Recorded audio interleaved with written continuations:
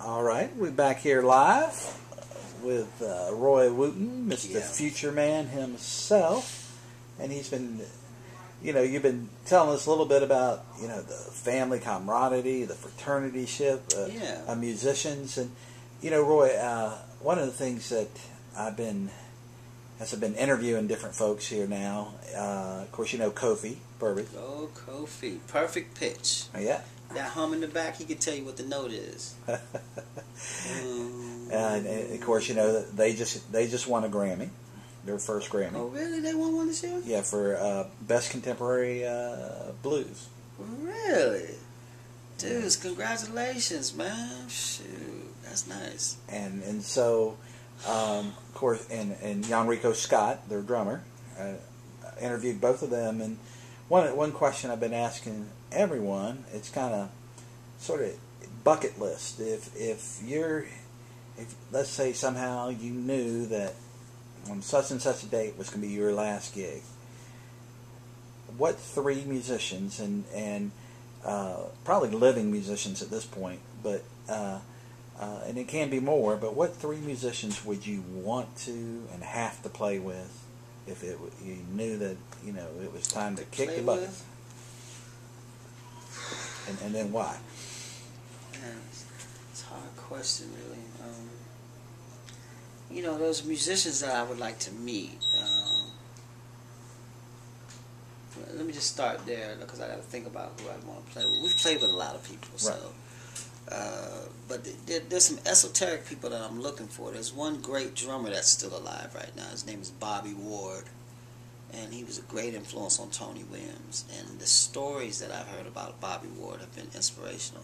Just hearing how he could take a few drums and he had a style that was like Buddy Rich and Elvin Jones. Super technique put together. And, kind of out there on the fringes, but, one of these unsung hero guys. And then before Tony Williams passed away, one of his last articles, they asked Tony, was there any drummers that he feels like he could get something from or something like that or learn from? And he said, no, not really, with the exception of Bobby Ward. So he sort of vilified this thing. And I just always, like the way you're interviewing me, I would like to sit down with Bobby Ward. And there's probably a few other names. I would have really liked to meet Miles Davis.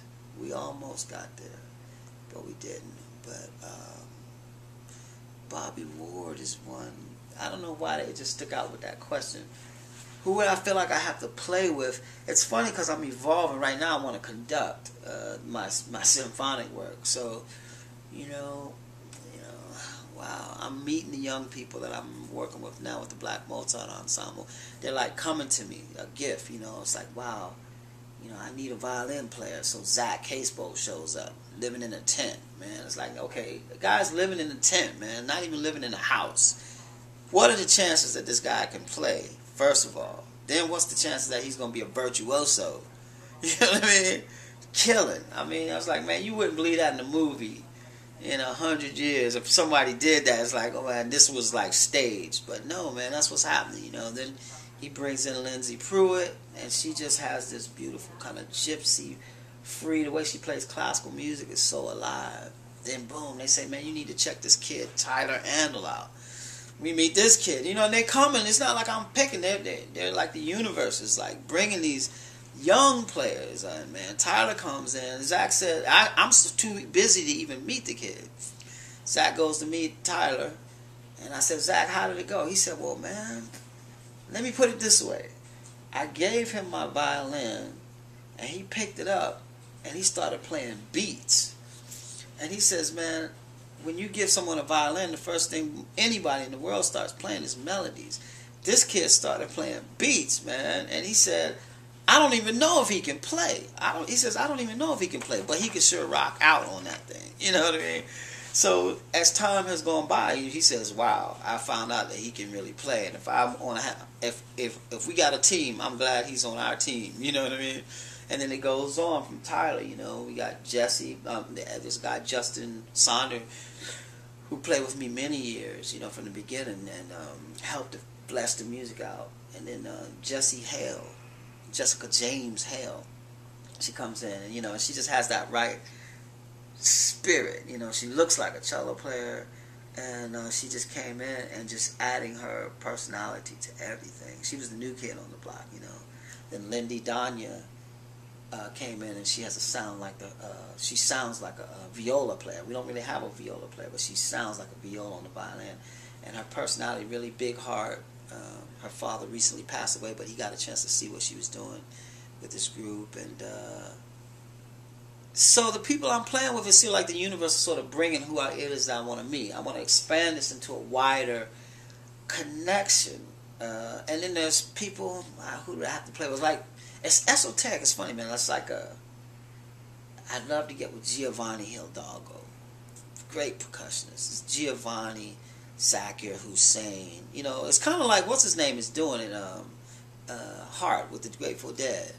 Mickey But Hart. I think, Mickey Hart. But I think I'd like to get them in even a more virtuoso type situation. You know what I mean? Just even a more virtuoso kind of thing than Mickey Hart. Even Mickey Hart would be nice, But Giovanni, boom, playing the congas like you just can't believe, that the conga can do that. Playing on the same level as virtuosity as the tabla. And Zakir Hussain is nice, man, playing the tabla. His rhythm is so good, his groove.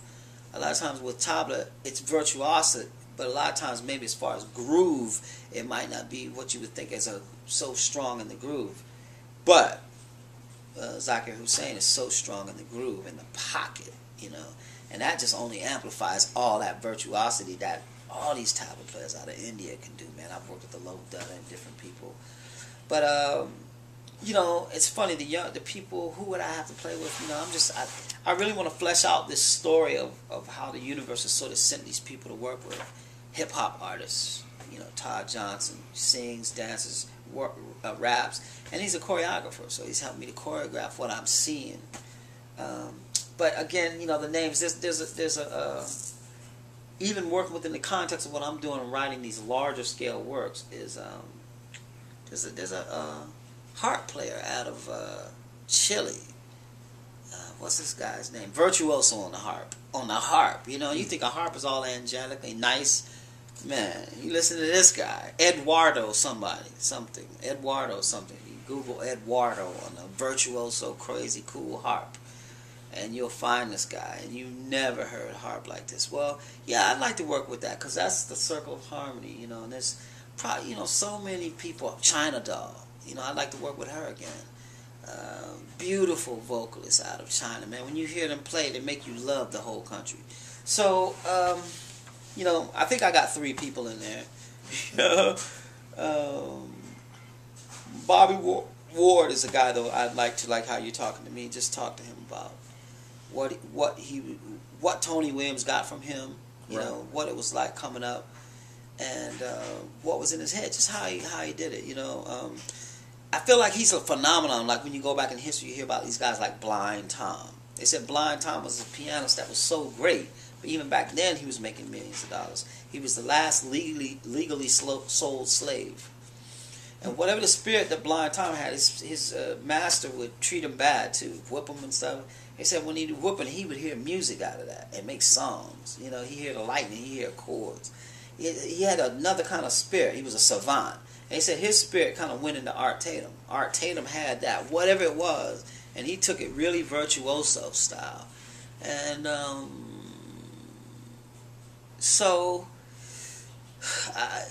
to me, when I hear about Bobby Ward, it seems like he's got some of whatever that old school thing is, and it just, I think of it in mythological terms. If it's something that comes all the way up from the pharaohs or something, in our day and age with all this modern equipment and stuff, I like to hear what that old thing was, what it was before we had auto-tuner. You know what I mean? Imagine Aretha Franklin with an auto-tuner. You can't imagine it. She don't need it. You know what I mean? Al Green don't need an auto-tuner. Stevie Wonder don't need an auto-tuner. Young Michael Jackson, he didn't need an auto-tuner. So it's like, whoa, what is it the old school has that we don't have? You know what I mean? We got all the toys and stuff, but is the music really better than it was back then? So old school always got something to teach you. Your dad and your grandfather's generation, they walk uphill both ways. But there's a point to that. You know what I mean?